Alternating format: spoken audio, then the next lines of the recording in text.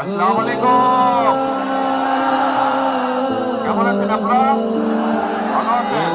আচ্ছা, ঠিক আছে। এখন এই যে একটু আগে রবিন যে বক্তব্য রাখলো, এই রবিনকে চেনেন আপনারা? কে কে রবিনটা কে?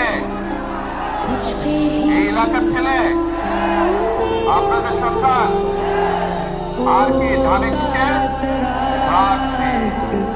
রবিন যখন এখানে দাঁড়িয়ে এই এলাকার মানুষের কষ্টের কথা বলছিল, রবিন যখন এখানে দাঁড়িয়ে এই এলাকার সমস্যাগুলোর কথা বলছিল, তখন আমার কাছে মনে হচ্ছিল আসলেই রবিন আপনাদের সন্তান, আসলেই রবিন এই এলাকার সন্তান। তা না হলে এত নিখুঁত ভাবে এলাকার সমস্যাগুলো তুলে ধরতে পারে না, এত নিখুঁত ভাবে মানুষের কষ্টের কথা কেউ বলতে পারে না।